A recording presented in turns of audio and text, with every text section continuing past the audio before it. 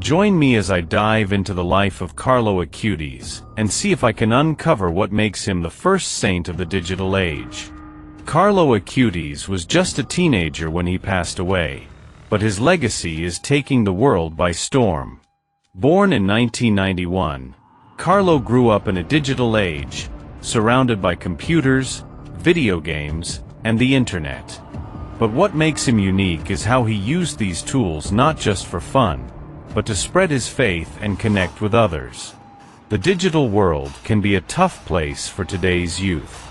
With social media, online gaming, and instant access to information, it's easy to get lost in a sea of content. Many young people struggle with feelings of loneliness, anxiety, and disconnection. They need positive role models who can show them how to navigate these challenges in a healthy way. Carlo Acutis is one such model, and his story is a powerful reminder that faith and technology aren't mutually exclusive. Carlo was a passionate gamer and programmer, but he also loved his faith. He saw no contradiction between using technology and being a devout Catholic. In fact, he used his skills to create websites and content that shared the message of God's love. His enthusiasm was contagious, and soon he was inspiring others to do the same. Carlo's story shows that faith can thrive online, and that the digital world can be a powerful tool for spreading hope and joy. As Carlo's reputation grew, so did his impact. He began to help others create their own faith-based content, and his website became a hub for Catholics and non-Catholics alike. He even helped organize events and retreats that brought people together in their shared faith. Carlo's vision was simple: to use technology to bring people closer to God. In 2020, Carlo was beatified by the Catholic Church, a major step on the path to sainthood. This recognition sent shockwaves through the digital community, with many people celebrating his life and legacy. For modern believers, Carlo represents a fresh and relatable face of faith, one that's comfortable in the digital world. His story shows that you don't have to choose between your faith and your love of technology. You can use them together to make a difference.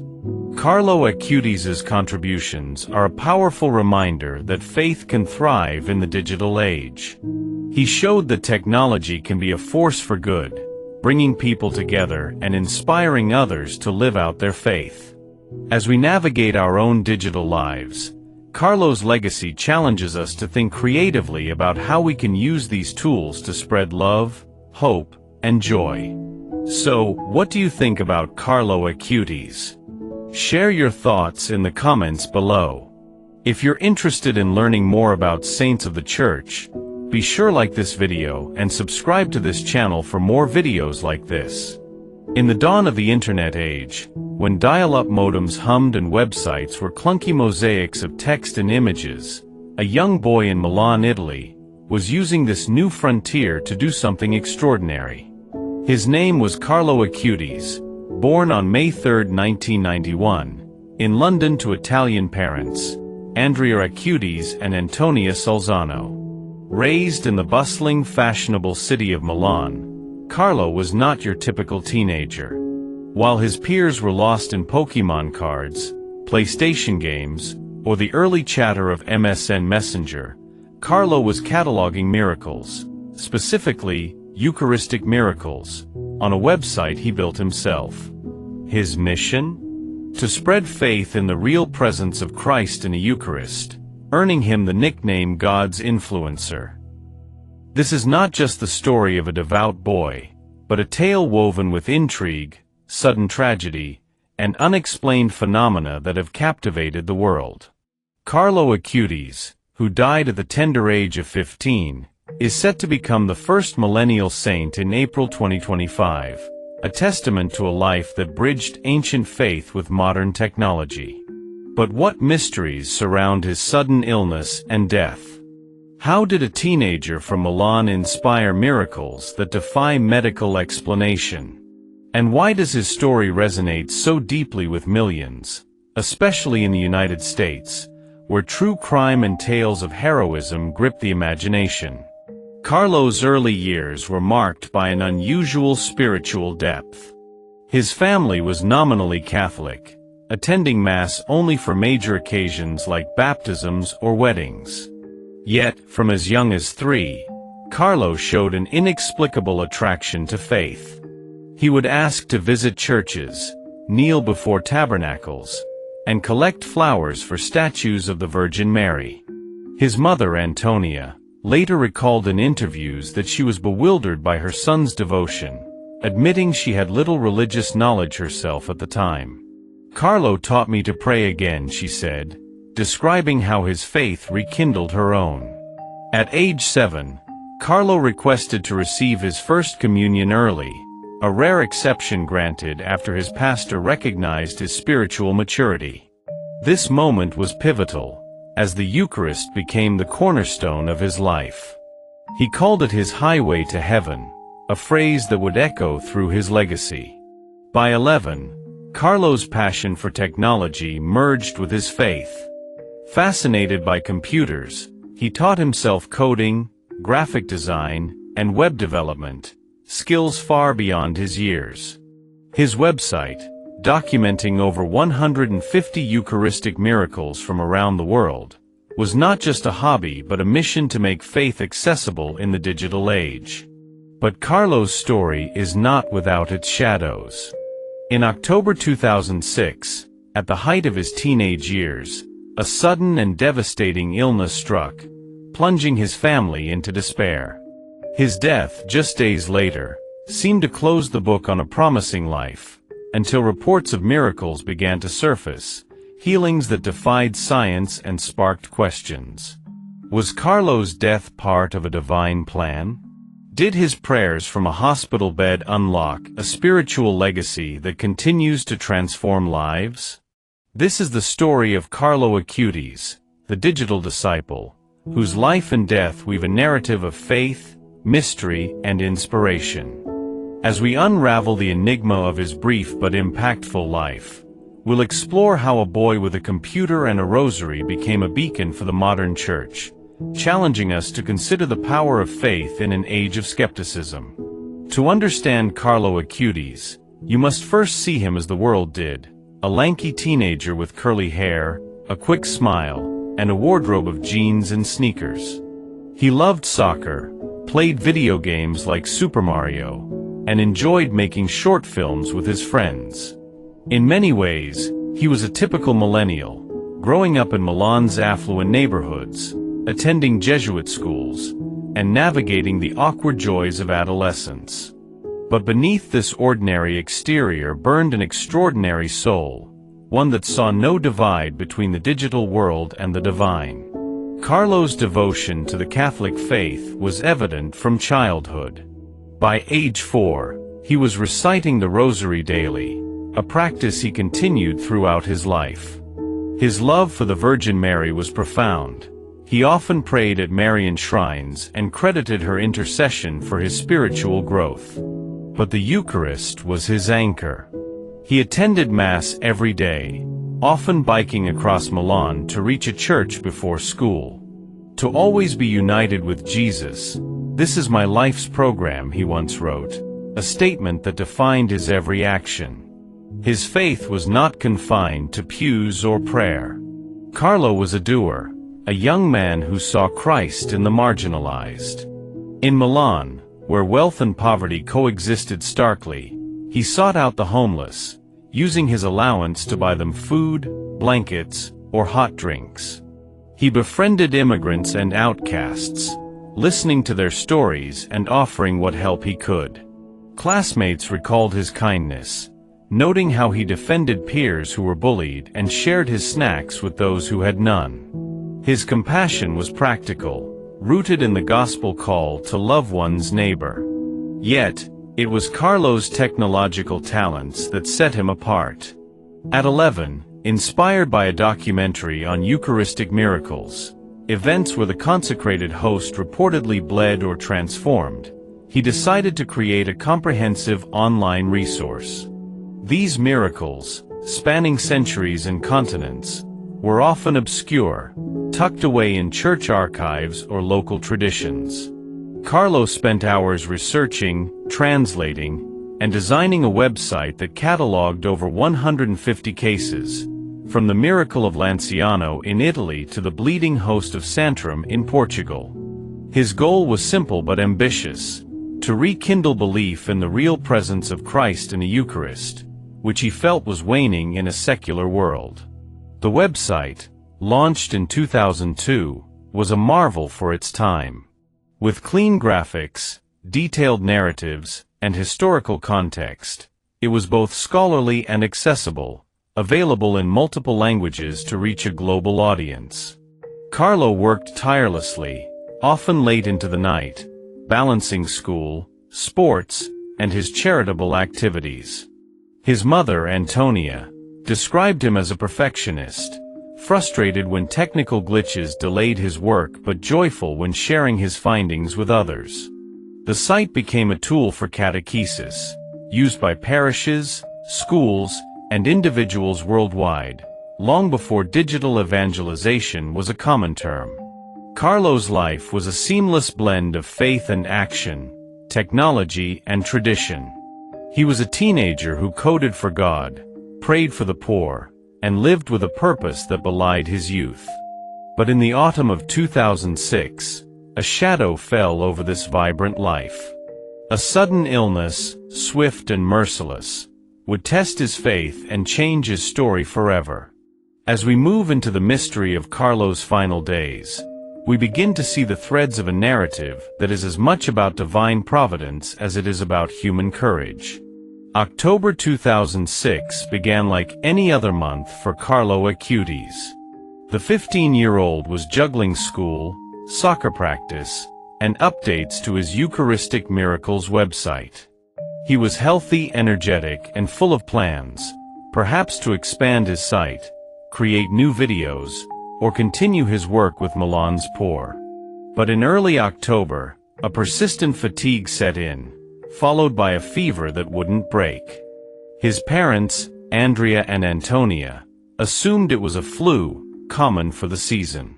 Carlo, ever stoic, downplayed his symptoms, insisting he'd be fine after rest. But the illness was no ordinary flu. On October 2nd, Carlo's condition worsened, and his parents rushed him to a Milan hospital. Doctors ran tests, their faces growing grim as results came in. The diagnosis was devastating: acute promyelocytic leukemia, a rare and aggressive form of blood cancer that strikes suddenly and progresses rapidly. This disease, known for causing severe bleeding and organ failure, was a death sentence in many cases, especially without immediate treatment. For Carlo's family, the news was a thunderbolt, shattering their world in an instant. In the hospital, Carlo faced his illness with a courage that stunned those around him. Chemotherapy began, but the cancer was relentless, spreading faster than treatments could counter. Pain racked his body, yet Carlo remained calm, even joyful. He told his mother, "I offer all the suffering I will have to suffer for the Lord, for the Pope, and the Church." These words, spoken from a hospital bed, revealed a spiritual maturity far beyond his 15 years. He refused to dwell on his pain, instead focusing on others, asking nurses about their families, encouraging his parents to stay strong, and even joking to lighten the mood. Despite his condition, Carlo's mind remained on his mission. He asked for his laptop, working on his website when energy allowed, tweaking designs or adding new miracle accounts. Nurses marveled at his focus, noting how he'd pause to pray the rosary or gaze at a small crucifix by his bedside. To Carlo, suffering was not a defeat but a gift, a way to unite himself with Christ's sacrifice. He told a priest who visited, "There are people suffering much more than me. I'm ready to go to Jesus." As days passed, Carlo's body weakened. By October 10th, he slipped into a coma, his breathing shallow, his family gathered around him. On October 12, 2006, at 6:45 a.m., Carlo Acutis took his final breath, his face serene, as if already glimpsing eternity. His death, at just 15, seemed to close a chapter, until the mysteries began. What happened next would transform Carlo's story from one of tragedy to one of triumph, as reports of miracles linked to his intercession emerged, sparking questions that echo the intrigue of a true crime investigation. The death of Carlo Acutis on October 12, 2006, left a void in Milan. His parents, Andrea and Antonia, were heartbroken, grappling with the loss of their only son. Friends, classmates, and the homeless he'd helped mourned a boy whose kindness had touched their lives. At his funeral, held at Santa Maria Sagrada Church, hundreds gathered, many sharing stories of Carlo's generosity and faith. His body was laid to rest, but his story was far from over. What began as a tragedy soon took on the aura of a mystery, as reports of miraculous healings linked to Carlo emerged, captivating the faithful and the curious alike. In 2010, 4 years after his death, a remarkable event occurred in Campo Grande, Brazil. A young boy named Matthias Viana, then 4 years old, suffered from a rare pancreatic disorder called annular pancreas, which caused severe vomiting and malnutrition, leaving him unable to eat solid food. Doctors warned that surgery was risky and offered little hope. Matthias's family, devout Catholics, prayed for a miracle. During a prayer service at their parish, organized by a priest who had heard of Carlo Acutis, Matthias's mother touched a relic, a piece of Carlo's t-shirt, to her son's body, asking for his intercession. What happened next defied medical explanation. Matthias suddenly began eating normally, his symptoms vanishing overnight. Tests confirmed that his pancreas was functioning perfectly, with no trace of the malformation. Doctors, baffled, could offer no scientific reason for the recovery. The Vatican, after a rigorous investigation, declared this healing a miracle in 2019, attributing it to Carlo's intercession. The news spread rapidly, drawing attention to the teenager whose website had already inspired thousands. But the mysteries didn't stop there. In 2022, another case emerged, this time in Florence, Italy. Valeria, a 21-year-old Costa Rican student, suffered a severe brain hemorrhage after a bicycle accident, leaving her in a coma with little chance of survival. Her mother, Liliana, traveled to Assisi to pray at Carlo's tomb, placing a photo of Valeria on the glass case where his body rested. Days later, Valeria awoke, her condition improving dramatically. By 2024, she was fully recovered, with no neurological damage, a recovery doctors called unprecedented. The Vatican recognized this as a second miracle, paving the way for Carlo's canonization. These healings, verified through exhaustive medical and theological scrutiny, raised questions that resonate with true crime enthusiasts. How could a boy's prayers, offered in his final days, wield such power? Was Carlo's death a catalyst for divine intervention, or did his life of holiness unlock a spiritual legacy? As news of these miracles spread, Carlo's story captured imaginations, blending the intrigue of unexplained phenomena with the hope of faith fulfilled. The miracles attributed to Carlo Acutis were not just isolated events, they were the sparks that ignited a global movement. After his death, his family, particularly his mother Antonia, began sharing his story, distributing prayer cards and promoting his website. The Eucharistic Miracle site, still active today, continued to draw visitors, from curious skeptics to devout Catholics seeking to deepen their faith. But it was the healings, Matthias in Brazil, Valeria in Italy, that thrust Carlo into the spotlight, prompting the Catholic Church to consider him for sainthood. The path to canonization is a meticulous process, requiring evidence of heroic virtue, and for non-martyrs like Carlo, at least 2 miracles. In 2007, the Diocese of Assisi opened Carlo's cause, gathering testimonies from family, friends, teachers, and even the homeless he'd helped. These accounts painted a picture of a boy who lived with uncommon holiness, balancing teenage normalcy with a profound commitment to God. His writings, filled with reflections on the Eucharist and charity, revealed a soul attuned to eternal truths. In 2018, Pope Francis declared Carlo venerable, recognizing his life of heroic virtue. The first miracle, Matthias's healing, was approved in 2019, leading to Carlo's beatification on October 10, 2020, in Assisi's Basilica of St. Francis. The ceremony was a global event, live-streamed to millions due to COVID-19 restrictions. Cardinal Agostino Vellini, presiding, called Carlo a model for young people, praising his use of technology to spread the gospel. Thousands attended, including many teenagers, who saw in Carlo a relatable figure, a saint in sneakers who loved Pokemon and prayed the rosary. The second miracle, Valeria's recovery, was confirmed on May 23, 2024, after a thorough Vatican investigation. On August 21, 2024, Pope Francis announced Carlo's canonization, scheduled for April 27, 2025, during the Jubilee of Teenagers in Rome.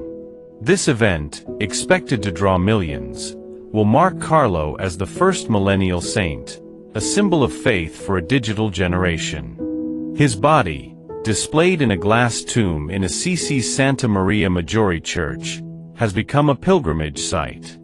Dressed in jeans and sneakers, Carlo's incorrupt remains, preserved in a way that defies decay, draw visitors who marvel at his youth and relatability.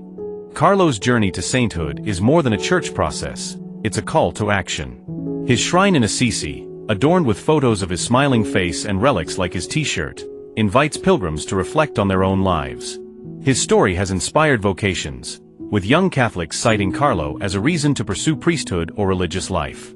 In the United States, where his website is used in religious education, parishes and youth groups celebrate his feast day, October 12th, with masses and tech-focused retreats. As we look to his canonization, Carlo challenges us to ask, how can we, like him, use our talents to serve God and others? The story of Blessed Carlo Acutis is not confined to the churches of Milan or the shrines of Assisi. It lives in the clicks of a mouse, the prayers of pilgrims, and the hearts of young people discovering faith through a screen. Carlo, who once dreamed of using technology to bring people closer to God, has become a saint for the digital age, his life a bridge between the ancient truths of the Church and the boundless possibilities of the Internet. His legacy endures in tangible ways. The Eucharistic Miracles website, now maintained by his family and supporters, continues to educate millions, translated into dozens of languages.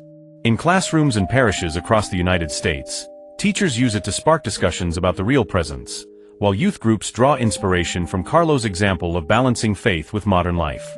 His miracles, Matthias's healing, Valeria's recovery, stand as testaments to a power beyond science, inviting even skeptics to ponder the mysteries of divine intervention. As the first millennial saint, Carlo speaks to a generation shaped by social media and instant connectivity. His message is clear: holiness is not reserved for cloisters or cathedrals, but can be lived in bedrooms, classrooms, and city streets. He challenges young people to use their talents, whether coding, creating, or simply sharing kindness, to make a difference. In a world often cynical about faith, Carlo's joy, authenticity, and courage offer a refreshing counterpoint. On April 27, 2025, when Carlo Acutis is canonized in Rome, the world will celebrate a saint who showed us that faith and technology can coexist, that suffering can be a gift, and that a teenager's prayers can change lives. As pilgrims light candles at his tomb and students browse his website, Carlo's light shines on, a reminder that holiness is possible here and now. Thank you for joining us on this journey through the life of the digital disciple. May blessed Carlo Acutis inspire you to live with purpose, faith, and love, wherever your path may lead. Loved this deep dive into Blessed Carlo Acutis' incredible story? Don't miss more inspiring episodes of Unseen Saints. Hit that subscribe button and tap the bell icon to stay updated on our latest true crime documentaries and faith-filled stories. Join our community and be part of the journey. Subscribe now.